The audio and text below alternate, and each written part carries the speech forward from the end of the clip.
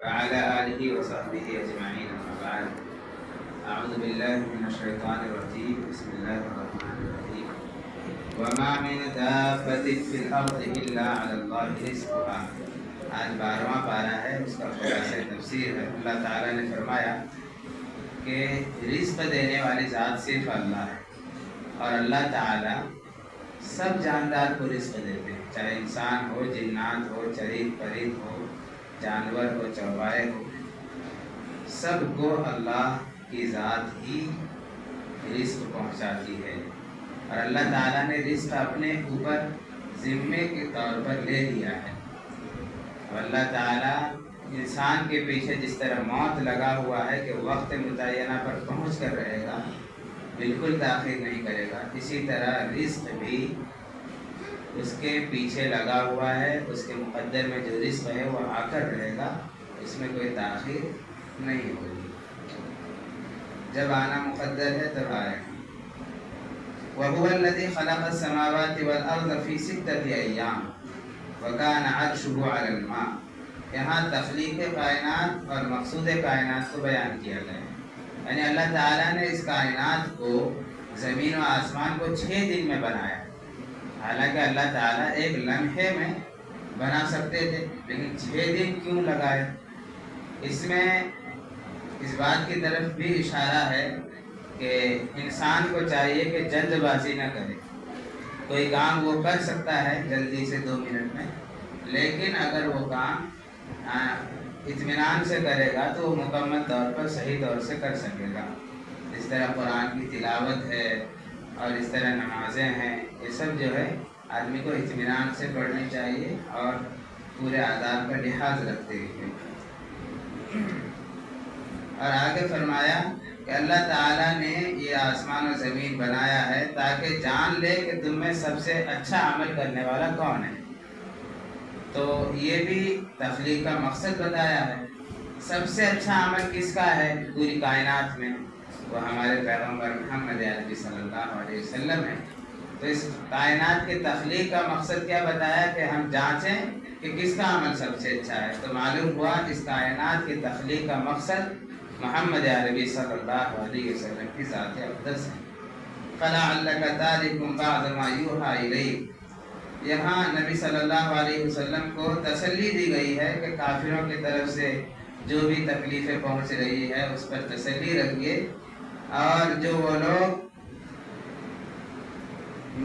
معجزہ کا مطالبہ کرتے ہیں، فرماتے ہیں کنز او جاء معہ ملک، کہ کوئی خزانہ لائیے آپ تب ہم آپ کو نبی مانیں گے، یا آپ کے ساتھ کوئی فرشتہ آ کر کے کہے کہ یہ نبی ہے تمہارا، اس کو مانو تب مانیں گے۔ تو اللہ کے نبی صلی اللہ علیہ وسلم کو اس سے دلی تکلیف پہنچتی تھی کہ جب یہ قرآن آ گیا اور یہ کھلا معجزہ ہے تو پھر بھی اس قسم کے مطالبات بیجا ہیں۔ اللہ تعالیٰ تسلی دے رہے ہیں کہ آپ کا کام صرف پہنچا دینا ہے، آپ زیادہ فکر مند مت ہوئیے۔ ام یقولون افترا قل فأتوا بعشر سور مثلی۔ قرآن کا چیلنج جگہ جگہ پر آیا ہے۔ کبھی تو قرآن نے فرمایا ہے کہ اگر تم کہتے ہو کہ یہ قرآن محمد صلی اللہ علیہ وسلم نے خود بنایا ہے تو اس جیسا قرآن لے آؤ، اور کبھی یہ فرماتے ہیں کہ 10 سورتیں لے آؤ، کبھی فرماتے ہیں کہ 1 سورت لے آؤ۔ تو یہاں تذکرہ ہے فَأْتُوا بِعَشْرِ سُوَرٍ مِثْلِهِ، اس جیسے 10 سورتیں لے آؤ۔ اصل میں پیچھے بار بار یہ کہا گیا ہے کہ صفا پہاڑ کو سونا بنا دو، یہ لے آؤ، فرشتے کیوں نہیں آتے، یہ سب تو معجزات کا مطالبہ کر رہے ہیں۔ تو اللہ تعالیٰ نے فرمایا کہ یہ قرآن خود معجزہ ہے، اگر تم اس قرآن کو مان لو گے تو اس کے اندر جو احکامات ہیں وہ ماننے ہیں، اور اگر تم اس قرآن کو نہیں مانتے ہو اور کہتے ہو کہ اللہ کی کتاب نہیں ہے تو اس جیسی 10 سورتیں لے آؤ یا 1 سورت ہی کم از کم لے آؤ، تو وہ لوگ تو اس سلسلے میں عاجز رہ گئے۔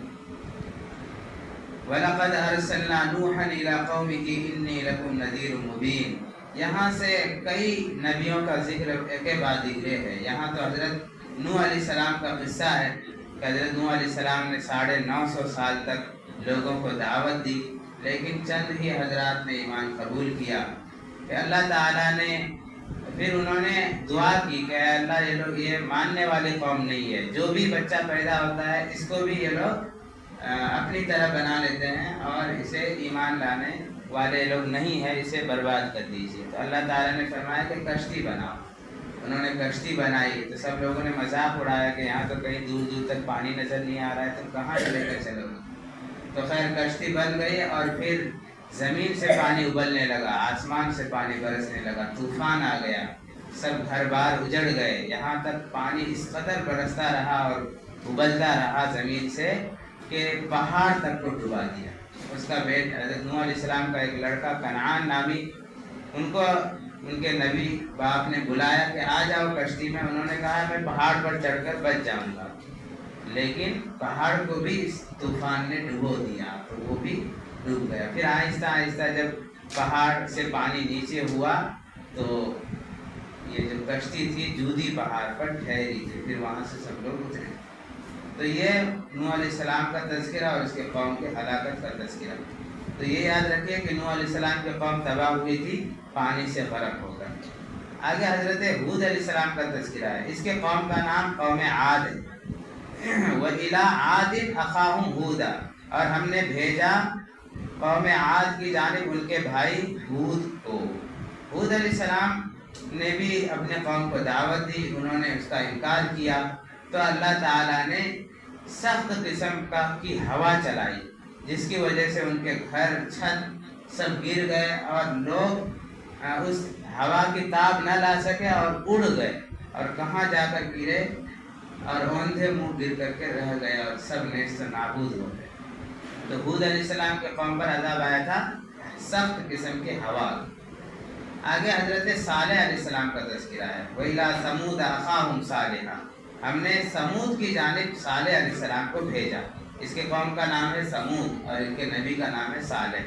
ان کے امتیوں نے کہا تھا کہ آپ پہاڑ سے اونٹنی نکال کر کے دکھائیے اور وہ اونٹنی حاملہ ہو اور نکلنے کے بعد وہ بچہ جنم دے۔ تو حضرت صالح علیہ السلام نے دعا مانگی تو اللہ تعالیٰ کی جانب سے ایک چٹان سے ایک اونٹ نمودار ہوئی اور وہ حاملہ تھی، اور اس وقت بچہ انہوں نے جنم دیا۔ پھر بھی وہ لوگ ایمان نہیں لائے، اور حضرت صالح علیہ السلام نے فرمایا کہ یہ اللہ کی اونٹنی ہے، ناقۃ اللہ، اللہ کی اونٹنی ہے، اسے چھوڑ دو، اس کے ساتھ کچھ مت کرنا۔ لیکن ان کا جو بدبخت آدمی تھا اس نے مشورہ کر کے اس کو بھی مار ڈالا۔ تو پھر اللہ کی جانب سے چینخ آئی، یعنی کہ سخت قسم کی آواز، جس کی وجہ سے ان کے کان پھٹ گئے اور سب یک بارگی مر گئے۔ تو حضرت صالح علیہ السلام کے قوم پر چینخ کا عذاب آیا تھا، سخت قسم کی چینخ۔ آگے حضرت ابراہیم علیہ السلام کا واقعہ ہے، لَقَدْ جَاءَتْ رُسُلُنَا إِبْرَاهِيمَ بِالْبُشْرَىٰ قَالُوا سَلَامًا، فرشتہ آیا حضرت ابراہیم علیہ السلام کے پاس نوجوان لڑکوں کی شکل میں، چند فرشتے آئے، جبرائیل علیہ السلام اور اس کے علاوہ اور بھی چند فرشتے۔ تو حضرت ابراہیم علیہ السلام سمجھنے لگے کہ کوئی مہمان آئے ہیں، اور ابراہیم علیہ السلام کا تو کی سنت تھی کہ وہ بغیر مہمان کے کھانا ہی نہیں کھاتے تھے، جب انتظار کرتے تھے کوئی مہمان آئے تو بیٹھ کر کے ان کے ساتھ کھائیں۔ جب یہ لوگ آ گئے تو فوراً انہوں نے ایک جانور ذبح کیا اور ان کو بھون کر ان کا گوشت سامنے رکھا، تو فرشتوں نے کھانے سے ہاتھ روک لیا، نہیں کھائیں۔ تو حضرت ابراہیم علیہ السلام کو ڈر محسوس ہوا۔ پرانے زمانے میں یہ تھا کہ اگر کوئی نقصان پہنچانے کے لیے آتا تو وہ اس گھر سے نہیں کھاتا تھا۔ اس وقت کے چور کے اندر بھی، ڈاکوں کے اندر بھی غیرت ہوتی تھی کہ کھا لیا تو اب کچھ نقصان نہیں پہنچائیں گے۔ تو ابراہیم علیہ السلام کو ڈر ہوا کہ کہیں یہ لوگ کسی غلط ارادے سے تو نہیں آئے ہیں کہ ہمارے نہیں کھا رہے ہیں۔ تو انہوں نے کہا کہ میں اللہ کی جانب سے، ہم لوگ اللہ کی جانب سے فرشتے ہیں اور آپ کو اسحاق علیہ السلام کی بشارت دینے کے لیے آئے ہیں۔ تو ان کی حضرت ابراہیم علیہ السلام کی بیوی چپکے سے دیکھ رہی تھی کہ کچھ مہمان آئے، پتہ چلا کہ فرشتے ہیں تو سامنے آ گئی، کیونکہ فرشتے سے تو پردہ نہیں ہے۔ پھر انہوں نے بات چیت کی کہ میں تو بوڑھی ہو گئی ہوں، کیسے ہو سکتا ہے؟ پھر کہا کہ ایسا ہی ہوگا، اور اللہ تعالیٰ کی طرف سے انہوں نے بتایا کہ اسحاق علیہ السلام پیدا ہوں گے، اس کے اولاد میں حضرت یعقوب علیہ السلام کے ہوں، پھر یعقوب علیہ السلام کے بیٹے یوسف علیہ السلام ہوئے۔ تو یہ ان کا تذکرہ ہے۔ اس کے بعد فرمایا کہ میں آپ کو خوشخبری دینے آیا ہوں، لیکن ایک قوم پر عذاب نازل کرنے کے لیے آیا ہوں، اور وہ قوم ہے حضرت لوط علیہ السلام کی قوم، جس قوم کا نام تھا سدوم۔ یہ لوگ بد فعلی میں مبتلا تھے اور بہت سارے ان کے اندر برائیاں تھیں. تو جب وہاں پہنچے حضرت لوط علیہ السلام کے پاس تو ان کی قوم آ گئی کہ یہ جوان لڑکے تھے، تو انہیں خوف ہوا کہ ان کے ساتھ کوئی برا نہ کرے. تو حضرت لوط علیہ السلام نے روکا انہیں. تو فرشتوں نے کہا کہ ہم فرشتے ہیں، ہم کوئی انسان نہیں ہیں. تو انہیں تسلی ہوئی. پھر کہا کہ آپ اپنی بیوی کے علاوہ پورے خاندان کے ساتھ یہاں سے چلے جائیے اور پیچھے مڑ کر نہیں دیکھیے گا. حضرت لوط علیہ السلام اپنے گھر والوں کو لے کر چلے تو ان کی بیوی بھی ساتھ چلی. لیکن جب عذاب نازل ہوا، عذاب اس طور پر نازل ہوا کہ جبرائیل علیہ السلام نے اس پوری زمین کو اکھیڑ کر نیچے سے اوپر لے گئے اور پھر اوپر سے پتھر بھی برسا اور اس پوری زمین کو ایک دم سے پلٹ کر دے مارا نیچے، اور ایسا دھنس گیا کہ نیچے سے پانی نکلنے لگا. اور وہ ابھی بھی ندی موجود ہے جس کو ڈیڈ سی کہتے ہیں، یعنی مردہ سمندر. اس میں آدمی اگر جائے تو وہ ڈوبے گا نہیں، اوپر ہی تیرتا ہے. تو وہ لوط علیہ السلام کے پاؤں پر عذاب آیا. تو جب اوپر لے گیا تو لوگ چیخنے لگے. تو ان کی بیوی کو تو پتہ نہیں تھا، لوط علیہ السلام کی بیوی کو، تو وہ پیچھے مڑ کر دیکھی تو اس عذاب نے اسے بھی کھینچ لیا. اور چونکہ وہ بھی قوم کے ساتھ ملی ہوئی تھی اور ان پر عذاب نازل ہونا ہی تھا، باقی لوط علیہ السلام اور ان کے اولاد اور جو ایمان والے تھے وہ بچ گئے اور یہ سب تباہ و برباد ہو گئے. تو لوط علیہ السلام کے قوم پر عذاب آیا تھا کہ زمین کو ہی سمیت اوپر کر کے نیچے دے مارا گیا. حضرت شعیب علیہ السلام کا واقعہ ہے. وَإِلَىٰ مَدْيَنَ أَخَاهُمْ شُعَيْبًا. مدین جگہ کا نام ہے اور وہاں یہ شعیب علیہ السلام کو بھیجا گیا تھا. ان کے یہاں ان کے قوم میں کمی یہ تھی کہ وہ لوگ جب خرید و فروخت کرتے تھے تو دینے میں کم دیتے تھے اور لیتے وقت زیادہ لیتے تھے، یعنی ناپ تول میں وہ لوگ کمی کرتے تھے. شعیب علیہ السلام نے بہت منع کیا لیکن وہ لوگ مانے نہیں. تو اس قوم پر بھی سخت قسم کی چیخ آئی تھی اور ان لوگوں کے بھی کان پھٹ گئے اور سب ایک بار ہی تباہ و برباد ہو گئے. تو دیکھیے ان برائیوں سے ہمیں بھی بچنا چاہیے، کوشش کرنا چاہیے کہ ہم ان تمام برائیوں سے بچیں. یہ سب واقعات کا تذکرہ جو ہے ہمارے لیے نصیحت اور عبرت. وَلَقَدْ آتَيْنَا مُوسَى الْكِتَابَ. موسیٰ علیہ السلام کا تذکرہ، یہ تو کلیم اللہ ہے حضرت موسیٰ علیہ السلام. اس کا تذکرہ قرآن میں سب سے زیادہ ہے نبیوں کے مقابلے. محمد صلی اللہ علیہ وسلم کو چھوڑ کر تمام نبیوں میں سب سے زیادہ تذکرہ حضرت موسیٰ علیہ السلام کا. یہاں بھی کوئی تذکرہ. تو یہاں تک جو ہے 7 نبیوں کا ذکر آیا ہے. ان میں ایک بات تو یہ ہے کہ نبی صلی اللہ علیہ وسلم کو بتلایا گیا ہے کہ ان نبیوں نے بھی بہت دعوت دی اور ان کو تکلیف پہنچائی گئی، اور ایک طرف امت کو بھی پیغام دینا ہے کہ نصیحت ہے تمہارے لیے کہ اس قسم کی برائی میں وہ لوگ مبتلا تھے تو ان لوگوں کو تباہ و برباد کر دیا گیا، تمہیں ایسی برائیوں سے بچتے رہنا ہے. آگے فَاسْتَقِمْ كَمَا أُمِرْتَ وَمَنْ تَابَ مَعَكَ وَلَا تَغَوْا إِنَّهُ بِمَا تَعْمَلُونَ بَصِيرٌ. یہاں حکم دیا گیا ہے کہ اللہ تعالیٰ نے جو بھی احکام نازل فرمائے ہیں اس پر مضبوطی سے پکڑے رہنا ہے اور ان پر عمل کرنا ہے، استقامت اختیار کرنا ہے. نبی صلی اللہ علیہ وسلم کے جب داڑھی کے چند بال سفید ہو گئے تھے، 11 یا 18 کچھ بال سفید ہوئے تھے، اس کے بعد نبی صلی اللہ علیہ وسلم دنیا سے چلے گئے تھے. پوری داڑھی سفید نہیں ہوئی تھی. تو جب داڑھی کے چند بال سفید ہوئے تھے، صحابہ نے پوچھا اے اللہ کے رسول، آپ کا بڑھاپا بڑھتا جا رہا ہے، آپ کے بال سفید ہو رہے ہیں. نبی صلی اللہ علیہ وسلم نے یہ آیت بتائی سورہ ہود کی کہ اس آیت نے اور اس جیسی آیتوں نے مجھے بوڑھا کر دیا ہے. وہ ہے فَاسْتَقِمْ كَمَا أُمِرْتَ. جم جائیے جو اللہ نے آپ کو حکم دیا ہے. تو اللہ کے احکام کو پورا کرنا کوئی معمولی کام نہیں ہے، جگر گردے والا کام ہے. آگے وَأَقِمِ الصَّلَاةَ طَرَفَيِ النَّهَارِ وَزُلَفًا مِنَ اللَّيْلِ. یہاں نماز کو قائم کرنے کا ذکر ہے کہ نماز پڑھتے رہیے اور دن کے دونوں طرف. تو یہاں دن کے دونوں طرف کیا ہوگا؟ عصر کی نماز ہوگی اور مغرب کی، یعنی فجر کی نماز ہوگی اور مغرب کی نماز ہوگی. فجر دن کے شروع میں اور دن کے آخر میں مغرب کی نماز. وَكُلًّا نَقُصُّ عَلَيْكَ مِنْ أَنْبَاءِ الرُّسُلِ مَا نُثَبِّتُ بِهِ فُؤَادَكَ. فرماتے ہیں کہ یہ سب جو ہم نبیوں کے قصے بیان کر رہے ہیں، اس سے دو چیزیں بیان کرنا ہے. ایک یہ ہے کہ آپ کو تسلی دینا ہے تاکہ آپ کا دل جم جائے، آپ کا دل مضبوط ہو کہ اس سے پہلے بھی انبیاء جو آئے تھے ان کو ستایا گیا، اور امت کے لیے نصیحت ہے. سورت مکمل ہوئی سورہ یوسف. اس کا نام سورہ یوسف اس لیے ہے کہ اس پوری سورت میں یوسف علیہ السلام کا تفصیلی واقعہ ہے.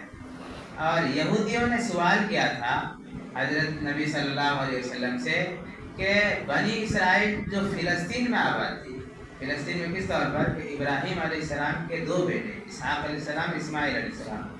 تو ابراہیم علیہ السلام نے اسماعیل علیہ السلام کو تو عرب میں چھوڑا اور اسحاق علیہ السلام کو فلسطین میں چھوڑا. تو وہاں اسحاق علیہ السلام سے نسلیں بڑھی اور بنی اسرائیل کی جو نسل تھی وہیں تھی. تو یہودیوں نے سوال کیا کہ جب بنی اسرائیل فلسطین میں تھی تو پھر وہ مصر میں کیسے گئی؟ وہ لوگ سوچتے تھے کہ نبی صلی اللہ علیہ وسلم جواب نہیں دے سکیں گے، جس کی وجہ سے ان کی تکذیب کرنے میں آسانی ہوگی، ان کو جھٹلائیں گے ہم. تو اللہ تعالیٰ نے اس سوال کے جواب میں سورہ یوسف نازل فرمایا کہ یوسف علیہ السلام کا واقعہ ہوا تھا کہ یوسف علیہ السلام فلسطین میں تھے، یعقوب علیہ السلام، پھر انہیں کنواں میں ڈالا گیا، پھر ان کو جا کر کے مصر میں بیچا گیا، اور پھر وہاں وہ جیل میں رہے، پھر وہاں کے بادشاہ بنے، اور پورا خاندان یوسف علیہ السلام کے پاس گئے اور وہاں جا کر کے بس گئے. تو جو فلسطین میں تھے بنی اسرائیل وہاں مصر میں پہنچ گئے. تو پورا واقعہ ہے، اور اسے احسن القصص فرمایا کہ قصوں میں بہترین قصہ. وجہ یہ ہے کہ جو بھی قصہ آیا ہے تو ضرورت کے مطابق تھوڑا تھوڑا الگ الگ جگہ بیان کیا گیا، لیکن یوسف علیہ السلام کا جو واقعہ ہے وہ ایک ساتھ پورا بیان کیا گیا.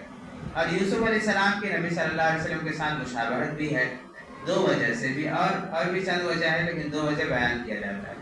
ایک تو یہ ہے کہ یوسف علیہ السلام کو ان کے بھائیوں نے خوب ستایا تھا، تو حضرت نبی صلی اللہ علیہ وسلم کو بھی مکہ میں اپنے لوگوں نے بھی بہت ستایا. ابو لہب جو آپ کا چچا تھا، آپ کی پیدائش پر مٹھائی تقسیم کیا تھا، سب سے پہلے جھٹلانے والا یہی تھا. اور یوسف علیہ السلام نے اپنے تمام بھائیوں کو معاف فرما دیا تھا. تو نبی صلی اللہ علیہ وسلم بھی فتح مکہ کے بعد تمام لوگوں کو ایک بار کی معاف فرما دیا. تو ایسی مشابہت تھی. یوسف علیہ السلام نے خواب میں دیکھا کہ انہیں 11 ستارے اور چاند اور سورج سجدہ کر رہے ہیں. تو انہوں نے اپنے والد صاحب کو بتایا، یعقوب علیہ السلام کو. تو یعقوب علیہ السلام سمجھ گئے کہ ایک وقت آئے گا کہ 11 ستارے یعنی ان کے 11 بھائی، اور چاند سورج یعنی ان کے ماں اور باپ، سب اس کے فرما بردار ہو جائیں. تو انہوں نے حضرت یعقوب علیہ السلام نے بتایا، یا بنی لا تقصص رؤیاک علی اخوتک، یہ تم اپنا خواب اپنے بھائیوں کو مت بتلانا، اور وہ تمہارے لیے پھر سازشیں کرنے لگیں گے کہ ہم ان کے تابع ہو جائیں گے. حالانکہ یوسف علیہ السلام چھوٹے بیٹے تھے. اصل میں یعقوب علیہ السلام کی 2 بیویاں تھیں، ایک بیوی سے 10 بیٹے. ان کے بڑے بھائی کا نام یہودا تھا، اور دوسری بیوی سے 2 بیٹے، ایک یوسف علیہ السلام اور ایک بنیامین.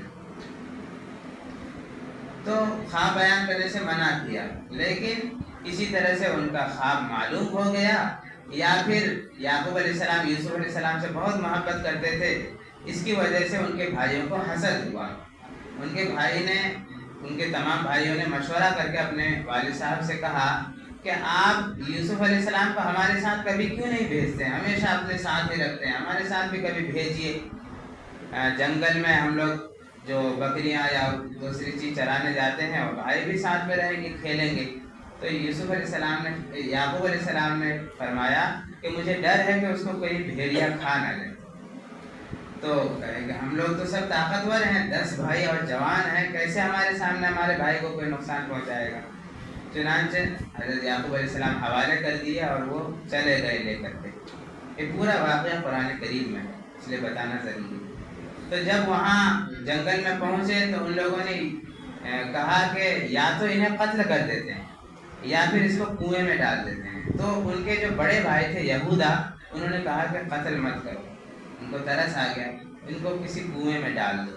چنانچہ اس کو کنویں میں ڈال دیا، اور ایک کوئی بھیڑیا ذبح کر کے اس کے کرتے کو رنگ دیا خون سے، اور رات میں پہنچے روتے ہوئے اپنے باپ کے پاس کہ میرے بھائی کو تو بھیڑیے نے کھا لیا. تو جیسے ہی کرتا دیکھا تو کرتا تو بالکل پھٹا ہوا نہیں تھا، صرف رنگ میں رنگا ہوا تھا، یعنی کہ خون میں رنگا ہوا تھا. یعقوب علیہ السلام سمجھ گئے کہ یہ سازش ہے، کیونکہ اگر بھیڑیا کھائے گا تو کرتا پھٹا ہوا ہوگا ضروری. تو یعقوب علیہ السلام نے کہا کہ ہمارے لیے صبر کرنا ہی بہتر ہے۔ تو جس کنویں میں ڈالا تھا اس کنویں کی جانب سے ایک قافلہ جا رہا تھا، ان کو پیاس لگی تو انہوں نے اپنا ڈول فَأَرْسَلُوا وَارِدَهُمْ فَأَدْلَىٰ دَلْوَىٰ، انہوں نے اپنا ڈول ڈالا تو وہاں یوسف علیہ السلام ڈول کو دیکھ کر کے اس میں بیٹھ گئے۔ پھر جب نکالا گیا تو ایک بچہ تھا، قال یا بشرا ھذا غلام، اے لوگوں سنو خوشخبری ہے، ایک لڑکا ہے اس میں۔ تو ان کے بھائی جو چھپے ہوئے دیکھ رہے تھے وہ دوڑ کر کے آئے اور کہنے لگے یہ ہمارا بھگوڑا غلام ہے، ان کو میں بیچتا ہوں تمہارے ہاتھ۔ فشروه بثمن بخس دراهم معدودہ، چند درہم کے بدلے انہوں نے بیچ دیا۔ وہ جا کر کے مصر میں اعلان کیا کوئی غلام بچہ لے لے۔ یوسف علیہ السلام کو تو بہت زیادہ حسن دیا گیا تھا تو سب دام لگانے لگے۔ وہاں کے جو عزیز مصر تھے انہوں نے دام لگایا اور پھر وہ یوسف علیہ السلام کو لے گیا اور اپنی بیوی کو کہا کہ اس کو خوب اچھی طرح سے پالو۔ جب یوسف علیہ السلام بڑے ہو گئے تو اس وقت زلیخا نے ان کے ساتھ چونکہ بہت زیادہ خوبصورت ہے تو برائی کی طرف ابھارا اور انہیں اندر کے روم میں لے گیا اور ہر کمرے میں تالا لگا دیا اور وہاں ان کو برائی کی طرف بلایا۔ تو حضرت یوسف علیہ السلام نے دیکھا کہ چاروں طرف تو روم کا دیوار ہے اور ایک طرف دروازہ ہے اور اس میں تالا لگا ہوا ہے، لیکن انہوں نے یہ اپنے دل میں تہیہ کیا کہ ہمارے بس میں کتنا ہے کہ ہم دروازے تک پہنچ سکتے ہیں بھاگ کر، اتنا کریں۔ اس لیے کہا جاتا ہے کہ جتنا اپنی وسعت میں اتنا کرو، یہ نہ سمجھو کہ آگے دروازہ بند ہے۔ یوسف علیہ السلام جیسے ہی دروازے کی طرف بڑھے دروازہ خود بخود کھل گیا اور کھلتا گیا اور وہ دوڑتے گئے، کتنے دروازے تھے سب کھلتے گئے اور زلیخا پیچھے پیچھے دوڑتی ہوئی ان کا دامن پکڑنے کی کوشش کی تو دامن پھٹ گیا اور یوسف علیہ السلام جیسے ہی پہنچے تو وہاں عزیز مصر کھڑا تھا۔ انہوں نے جیسے ہی پہنچے تو ہکا بکا رہ گئے، زلیخا پیچھے سے انہی پر الزام لگا دیا اور کہا کہ اس شخص کا کیا سزا ہو سکتا ہے جو آپ کی بیوی کے ساتھ غلط ارادہ کیا۔ تو ایک بچہ وہاں کسی عورت کے گود میں تھا تو حضرت یوسف علیہ السلام نے اشارہ کیا یا کچھ ایسا ہوا کہ اس بچے نے گواہی دی کہ اگر اس لڑکے کا دامن آگے سے پھٹا ہوا ہے تو یہ لڑکا جھوٹا ہے اور زلیخا سچی ہے، اور اگر پیچھے سے دامن پھٹا ہے تو زلیخا جھوٹی ہے اور یہ سچا ہے۔ دیکھا گیا پچھلا دامن پھٹا ہوا تھا تو عزیز مصر بھی سمجھ گئے اور کہنے لگے یوسف اعرض عن ھذا، اس سے درگزر کرو، واستغفری لذنبک، اے زلیخا تم اپنے گناہوں کا استغفار کرو، انکی کنت من الخاطئین، تم ہی خطا کار میں سے ہو۔ اس کے بعد پورے شہر میں یہ پھیل گیا کہ ایک غلام پر فریفتہ ہو گئی عزیز مصر، تو اس نے بھی ایک تدبیر کی زلیخا نے کہ دعوت کی تمام عورتوں کی اور بٹھایا اور سب کے ہاتھ میں ایک چھری دے دیا اور پھل دے دیا، اور جب سب لوگ سب عورتیں پھل کاٹنے کے لیے تیار ہوئی اپنے ہاتھ میں لے کر کے تو آواز دیا یوسف علیہ السلام کو۔ یوسف علیہ السلام وہاں سے نکلے تو سب دیکھ کر دنگ رہ گئی اور پھل کاٹنے کے بجائے قطعن ایدیہن، اپنے انگلیاں کاٹ ڈالی اور کہا قلنا حاشا للہ ما ھذا بشرا، یہ تو کوئی انسان نہیں ہے، ان ھذا الا ملک کریم، یہ تو کوئی فرشتہ معلوم ہوتا ہے۔ تو وہ پھر کہنے لگی کہ یہی ہے وہ جس کے بارے میں تم ہمیں الزام لگاتی تھی اور طعنہ دیتی تھی۔ تو سب پھر مان گئے۔ جب یہ سب سازش ہونے لگی تو حضرت یوسف علیہ السلام نے اللہ سے عرض کیا رب السجن احب الیہ، میرے لیے تو جیل ہی بہتر ہے۔ تو اللہ تعالیٰ نے دعا قبول کی اور پھر یوسف علیہ السلام جیل میں چلے گئے۔ جیل میں 2 آدمی آئے قید وہاں موجود تھے، دونوں نے اپنا خواب بیان کیا۔ ایک نے کہا کہ میں دیکھتا ہوں کہ انگور نچوڑ کر شراب اپنے بادشاہ کو پلا رہا ہوں۔ دوسرے نے کہا کہ میں یہ دیکھ رہا ہوں کہ میرے سر پر ایک ٹوکری ہے روٹی کی اور اس سے کوے کھا رہے ہیں۔ ٹائم زیادہ ہو رہا ہے لیکن مکمل کر دیتے ہیں ٹائم۔ تو یوسف علیہ السلام نے سب سے پہلے تو توحید کی دعوت دی کہ اللہ پر ایمان لاؤ، اور پھر دعوت دی اور سمجھایا۔ اس کے بعد کہا کہ تم میں سے ایک شخص، یہ نبی تھے شفقت کو سمجھتے تھے کہ اگر کسی ایک کو متعین کر دیا جائے تو پھر دل میں تکلیف ہوگی۔ فرمایا کہ تم میں سے ایک تو ایسا ہوگا جو اپنے بادشاہ کو شراب پلائے گا اور وہ جیل سے چھوٹ جائے گا، اور دوسرا ایسا ہوگا کہ اس کو پھانسی کی سزا مل جائے گی۔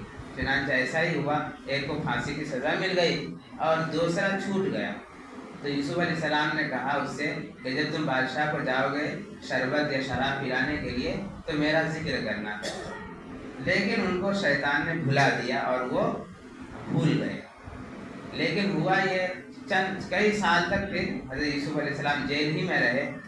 پھر ہوا یہ کہ بادشاہ نے خواب دیکھا، خواب یہ دیکھا کہ 7 بقرات سمان، 7 موٹی گائے اس کو 7 پتلی اور دبلی گائے کھا رہی، اور 7 ہرے بالیاں ہیں، جو گیہوں کے بالیاں ہوتی ہیں، 7 ہرے بالیاں ہیں اور 7 خشک بالیاں ہیں۔ یہ دیکھا، اور پھر لوگوں میں جب صبح ہوئی تو لوگوں میں کہا کہ اس خواب کی کوئی تعبیر بتا سکتا ہے؟ تو سب نے کہا کہ یہ تو ایسی واحیات والی بات ہے۔ تو اس جو ساقی تھا شراب پلانے والا، اس کو یاد آ گیا کہ وہ جیل میں ایک شخص ہے جو خواب کی تعبیر دیتا ہے، اور انہوں نے تعبیر دیا تھا، بالکل سچ نکلا تھا۔ چنانچہ ان کو بلایا گیا، یوسف علیہ السلام کو۔ یوسف علیہ السلام نے تعبیر دی، نہیں جیل ہی میں بیٹھ کر کے تعبیر دی کہ وہ 7 سال تک ہریالی رہے گی، خوب اناج اگے گا، اور اس کے بعد 7 سال تک قحط سالی رہے گی، کوئی اناج نہیں نکلے گا، کوئی بارش نہیں ہوگی۔ اس کے بعد 7 سال کے بعد پھر ہریالیاں ہوگی۔ تو یوسف علیہ السلام بادشاہ سمجھ گئے کہ یہ کوئی عام آدمی نہیں ہے، ان کو بلانا چاہیے۔ تو بلایا گیا تو یوسف علیہ السلام نے فرمایا کہ میں نہیں جاؤں گا جب تک کہ ان عورتوں کے بارے میں مسئلہ صاف نہ کر لیں۔ چنانچہ تمام عورتوں کو بلایا گیا، سب نے کہا کہ یوسف علیہ السلام اس گناہ سے بری ہیں، اور زلیخا نے بھی اعتراف کیا کہ میں ہی گنہ گار ہوں، یوسف علیہ السلام تو پاک دامن ہے۔ چونکہ نبی گناہوں سے محفوظ ہوتا ہے، اور وہ اپنے آپ کو پاک ثابت جب تک نہیں کرے گا پھر دین کی دعوت کیسے دے گا؟ اپنے اوپر الزام لے کر کے دین کی دعوت نہیں دے سکتا۔ چنانچہ جب معاملہ صاف ہوا تو پھر یوسف علیہ السلام گئے، اور اگلا واقعہ آگے انشاءاللہ کل بیان کیا جائے گا، کیونکہ 13ویں پارے میں ہے۔ اللہ تعالی ہمیں ان واقعات کو سمجھ کر اور اس سے جو سبق حاصل ہوتے ہیں اس پر عمل کرنے کی توفیق نصیب فرمایا، آمین۔ وآخر دعوانا الحمدللہ۔